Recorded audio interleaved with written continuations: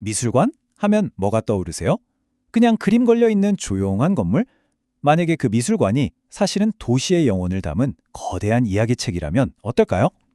오늘 바로 그 비밀을 파헤쳐보는 특별한 여행 한번 떠나보겠습니다. 세계 일주 미술 여행이라는 책에 이런 구절이 나와요. 여행지에서 만나는 미술관은 언제나 조금 특별하다. 마치 그 도시가 제게 조용히 말을 거는 것 같다는 거죠. 이게 바로 오늘 우리 여정의 시작전입니다. 그러니까 미술관이 그냥 건물이 아니라 페인트와 돌로 차곡차곡 쓰인 도시의 일기장 같은 거라고 상상해 보세요. 오늘은 딱 3개의 도시를 골라서 이 도시들이 어떻게 그들의 영혼을 미술관에 기록했는지 짧지만 아주 강렬한 아트 트립을 떠나보려고 합니다. 자, 첫 번째 목적지는 바로 르네상스의 심장, 피렌체입니다. 여기서는요, 단 하나의 건물이 어떻게 한 도시의 야망, 실패, 그리고 결국에는 위대한 승리를 전부 보여주는지 그 이야기를 들려드릴게요. 때는 1400년대 피렌체에서 도시에 세례당했을 새 청동문을 만들 작가를 뽑는 뭐랄까 전국민적 오디션이 열린 거죠. 여기에 아주 야심만만한 건축가 브루넬레스키가 도전장을 내밉니다. 하지만 결과는 아쉽게도 그의 라이벌이었던 기베르티에게 패배하고 말아요. 하지만 여기서 포기할 브루넬레스키가 아니었죠. 오히려 그는 이 패배의 쓴맛을 다음 프로젝트에 대한 열정으로 완전히 쏟아붓습니다. 그리고 마침내 도시의 상징인 대성당, 바로 그 유명한 두오모의 돔설계 공모전에서 보란듯이 승리하죠. 정말 영화 같은 이야기 아닌가요? 피렌체의 두오모, 이게 그냥 뚝딱 지어진 게 아니에요. 무려 150년 가까이 걸렸습니다. 한 세대를 넘어 그 아들, 손자 세대까지 이어진 거대한 프로젝트였던 거죠.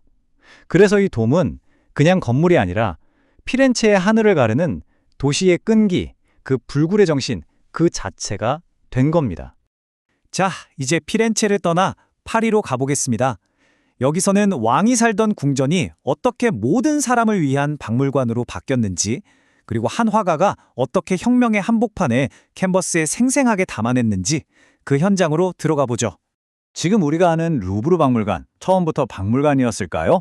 아니죠. 12세기에는 나라를 지키는 요새였고 16세기부터는 화려한 왕궁으로 쓰였습니다. 그러다가 프랑스 혁명이 터지면서 1793년에 드디어 모두의 박물관으로 문을 열게 된 겁니다. 이제 예술은 왕 한 사람의 것이 아니라 모든 국민의 것이라는 아주 강력한 선언이었죠. 이 격동의 시대를, 이 혁명의 소용돌이를 가장 잘 포착한 화가를 딱 한 명 꼽으라면 단연 이 사람입니다. 야심도 넘치고 정치적인 감각도 아주 뛰어났던 화가 자크 루이 다비드. 다비드는 정말 대단한 생존의 달인이었어요. 왕이 권력을 쥐고 있을 땐 왕실이 좋아하는 화려한 로코코 스타일로 그림을 그렸죠. 그러다 혁명이 일어나니까 테니스 코트의 서약 같은 혁명의 상징적인 그림을 그리고 심지어 왕의 처형에 찬성표까지 던집니다. 그리고 또 나폴레옹이 황제가 되자 이번엔 그의 수석 프로파간다 화가로 변신해요. 정말 시대의 흐름을 읽는 능력이 탁월했죠. 그의 그림은 단순한 기록이 아니었어요. 일종의 프로파간다 아트였죠. 가장 유명한 예가 바로 이 알프스를 넘는 나폴레옹입니다. 그림 속에서 나폴레옹이 아주 용맹하게 백마를 타고 있잖아요. 근데 실제로는 초라한 노새를 타고 그 험한 산을 넘었다고 해요. 어때요? 다비드는 붓으로 그냥 사실을 그린 게 아니라 사람들의 마음을 움직이는 역사를 만들어낸 겁니다. 자, 이제 마지막 여행지입니다. 유럽을 떠나 동쪽으로 훌쩍 날아가 볼까요? 파리와 아주 놀라운 연결고리를 가진 도시 도쿄입니다. 예술이 어떻게 대륙을 넘어 전 세계적인 대화를 만들어내는지 그 흥미로운 증거를 여기서 발견할 수 있습니다. 자, 여러분께 질문 하나 드릴게요. 세계에서 가장 훌륭한 프랑스 인상주의 미술 컬렉션을 보려면 어디로 가야 할까요? 당연히 파리, 오르세 미술관? 뭐 이런 것들을 떠올리실 텐데요. 정답은 아주 뜻밖의 장소에 있습니다. 네, 바로 도쿄입니다. 놀라셨죠? 도쿄에 있는 국립서양미술관에 가면 모네나 르누아르, 로덴 같은 거장들의 작품이 질비한 정말 세계적인 수준의 컬렉션을 만날 수 있어요. 아니 근데 이 보물들이 어떻게 파리에서 수천 킬로미터나 떨어진 이곳까지 오게 된 걸까요? 그 스토리가 정말 영화 같아요. 이야기의 시작은 19세기 후반으로 거슬러 올라갑니다. 당시 프랑스 화가들이 일본의 목판화 우키오에를 우연히 발견하게 돼요.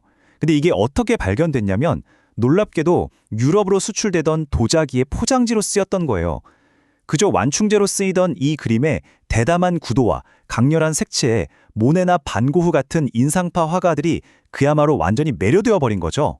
바로 이 동서양 예술의 교류에 영감을 받은 한 사람이 있었습니다. 일본의 사업가 마츠카타 고지로. 그는 유럽의 미술품을 어마어마하게 사들입니다. 그런데 2차 세계대전이 터지면서 이 컬렉션이 프랑스에 묶여버려요. 전쟁이 끝나고 이걸 다시 일본으로 가져오려고 하는데 프랑스가 반환을 막아선 거죠. 오랜 협상 끝에 프랑스가 조건을 하나 겁니다. 이 작품들을 모든 사람이 볼 수 있는 공공미술관을 짓는다면 돌려주겠다고요. 마츠카타의 열정은 정말 대단했어요. 일화가 하나 있는데 그가 클로드 모네의 집까지 직접 찾아갔다고 해요. 그리고는 비싼 위스키를 함께 마시면서 작품 팔기를 주저하던 모네를 설득해서 결국 수련 연작 18점을 손에 넣었다고 합니다. 정말 작품에 대한 애정이 없으면 불가능한 일이죠. 자, 이렇게 피렌체, 파리, 도쿄까지 숨가쁜 여행을 마쳤는데요. 이 짧은 여행에서 우리는 무엇을 배울 수 있었을까요? 오늘 본 이야기들이 딱 보여주죠. 피렌체에서 예술은 도시의 정체성을 쌓아 올렸고 파리에서는 격동의 역사를 기록했으며 도쿄에서는 전혀 다른 두 세계를 연결하는 다리가 되었습니다. 결국 미술관은 그냥 조용한 전시 공간이 아니라 한 도시의 정체성, 혁명, 그리고 세상과의 연결, 이 모든 걸 담고 있는 살아있는 기록 보관소인 셈입니다. 누나 모나리자는 알죠. 하지만 다음 여행에서 여러분이 마주할 미술관에는 또 어떤 숨겨진 이야기가 기다리고 있을까요? 이제 여러분은 미술관을 보는 새로운 눈을 갖게 되셨습니다. 앞으로 미술관에 가실 때마다 그 도시가 수줍게 건네는 비밀일기장을 한 장 한 장 넘겨보는 그런 특별한 경험을 하시게 될 겁니다.